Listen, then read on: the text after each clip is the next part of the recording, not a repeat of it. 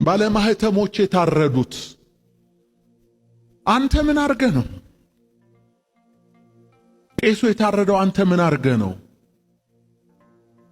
ቤተ መቅደሱ የተለኮሰው በሳት አንተ ምን አርገህ ነው? ወይ አንተ ወይ አባቶች ድሮ ምን አርገው ነው? በጋሻው የተናገረው ስህተት በግልጽ ነው የምነግርህ።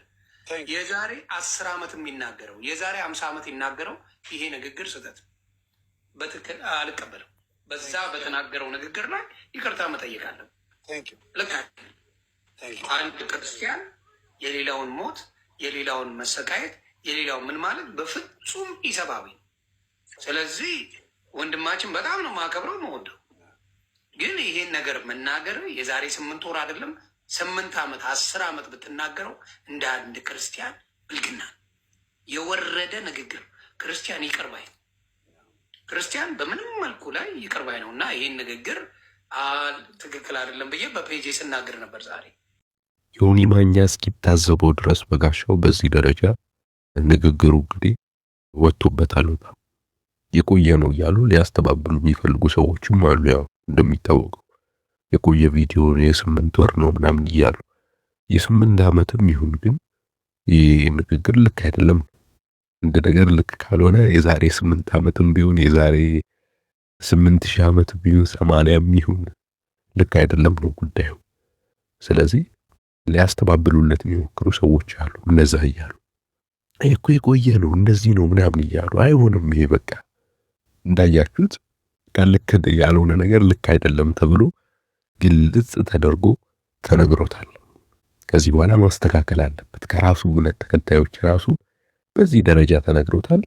እስካሁን ይቅርታ በግልጽ አልጠየቀም። መጠየቅ ነበረበት። የሁላ ሰው ሲጎዳ በዛ ንግግር ደረጃ እሱም ተጨማሪ ድጋሚ እንዲህ አይነት ነገር እንዲደርስ ያው እንዲህ አይነት የጥላቻ ንግግሮች እንዲህ አይነት ጉዳቶች የሚያደርሱትና ይቅርታ ጠይቁ ብሎ ይቅርታ ጠይቁ ወጥቶ የተናገርኩት ስህተት ነው ማለት ነበረበት። እስካሁን ግን ያለው ነገር የለም።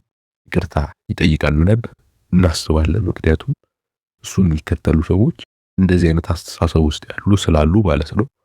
እነሱን ለማረም ይሆን ዘንድ ኢትዮጵያ ውስጥ ኦርቶዶክሳውያኖች በማንነታቸው ላይ ያነጣጠረ የዘር ፍጅት ሰለባ ሆነዋል። አዎ ተጨፍጭፈዋል፣ ታርደዋል፣ ተሰቅለዋል፣ ተቃጥለዋል።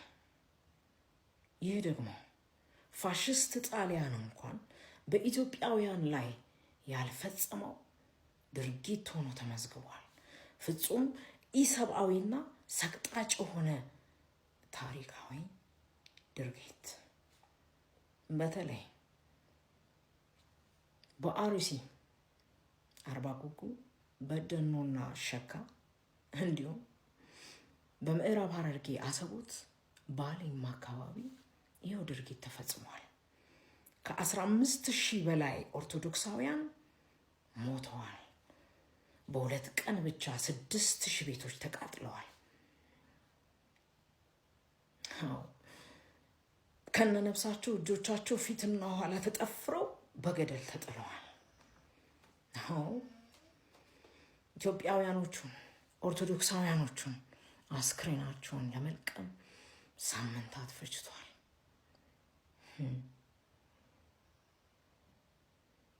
አንገታቸው እየተቀላ ከተወረወረበት ገደል ውስጥ 26 ጆንያ ኦርቶዶክሳውያን ጭንቅላቶች ተለቅመዋል።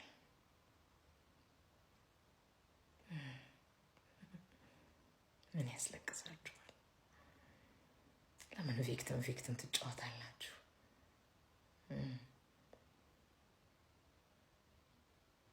ትናንት አያቶቻችሁ እንዲህ አይደል ያደረጉት? የኛ አያቶች የሰሯት ኢትዮጵያማ ከዓለም የተለየች የሃይማኖት መቻቻል ያለባት ለተቀረው ዓለም ትንግርት የሆነች ሀገር ነበር የሰሩት።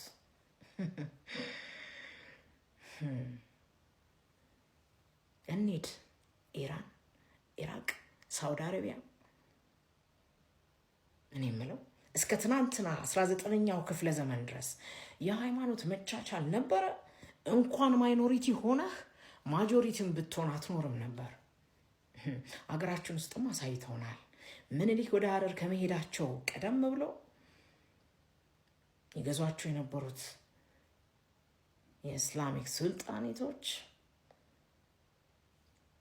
ቤተ ክርስቲያናቶችን በሙሉ አውድመዋል። አዎ የሃይማኖት ቶለራንስ አልነበራቸው። እንኳን የሆኑ ምስራቅ ዘይላም መቋዲሾም ቤተ ክርስቲያን ነበረ እና ወዲህ ሰሜን ልውሰድህ። የመጀመሪያው መስጂድ እኮ ትግራይ ነው ያለው። ሌላም አለ። የእኛ አያቶች ይህን ነው የሰሩት። የፈረደባቸው አፄ ዮሐንስ አሉ።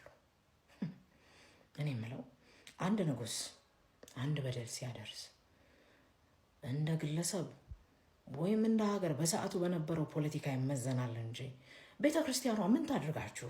እኔ የምለው የኢትዮጵያ ኦርቶዶክስ ተዋሕዶ ቤተ ክርስቲያን ሊቃውንት በወቅቱ የጻፉትን አንብባችሁታል? አይታችሁታል? ኖ ይሄን አይነግሯችሁም። ለምን ብለው የፋሽስት ልጆች የበጣሽ የሀገር ከፋፋይ ልጆች ይሄን አይነግሯችሁም፣ በፍጹም አይነግሯችሁም እንጂማ ንጉሥ ሆይ እኛ ወደ ክርስትና እንዲመጡ የምንፈልገው ወደውና ፈቅደው እንጂ በመግደልና በግዳጅ አይደለም፣ ይተው ብለዋል። ግን እናንተ ገላችሁን የለ እየተባለ ይነገራል። ልክ ነው። እውነቱን ስለማንናገር እውነቱን ስለማናቅ አንገታችን እንደፋለን፣ እውነት የሚያደርጉ እየመሰለን። ይህን ሲያወራችሁ አፄ ፋሲል አዲስ ዓለም የሚባል ክፍለ ከተማ መስርተው ነበር ለሙስሊሞች ብቻ በነፃነት እምነታቸውን እንዲያካሂዱ። ገና ስላልተለመደ የጎሪጥ እንዳይተያዩ ጥፋት ጠፍቶ ለፍርድ ሸንጎ ሲቀመጡ ለሙስሊም አድልተው ክርስቲያኑን ጥፋተኛ ነው ብለው ሙስሊሙ ካሳ እንዲክሱሉ አድርገዋል። ይህን ግን አይነግሯችሁም በጭራሽ። የገንጣይ አስገንጣይ ልጆች ይህን አይነግሯችሁም። አንድ የሚያደርገንን ታሪክ ለምን ይነግሩናል? የሚያጣላንን የሚያጋድለንን ሀገር የሚለያየውን ዓላማቸው አላለቅም። ደጃዝማች ወልደ ሰማያት በመጽሐፋቸው እንዳሉት ነው። በአፄ ሲሲኒዮስ የጀመርነው ስራ ዛሬ በምናስተምራቸው ተማሪዎቻችን ፍሬ እያፈራ ይመስላል አይደለም ያሉት?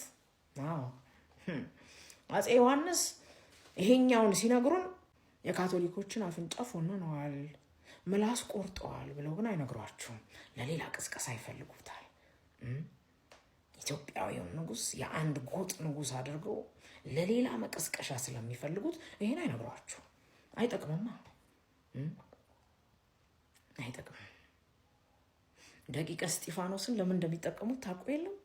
ተሐድሶ ፕሮቴስታንት ዘመንና ወያኔ እኩል ሲጠቀሙበት አይደንቃችሁ? ይሄኛውን ግን አይነግሯችሁም።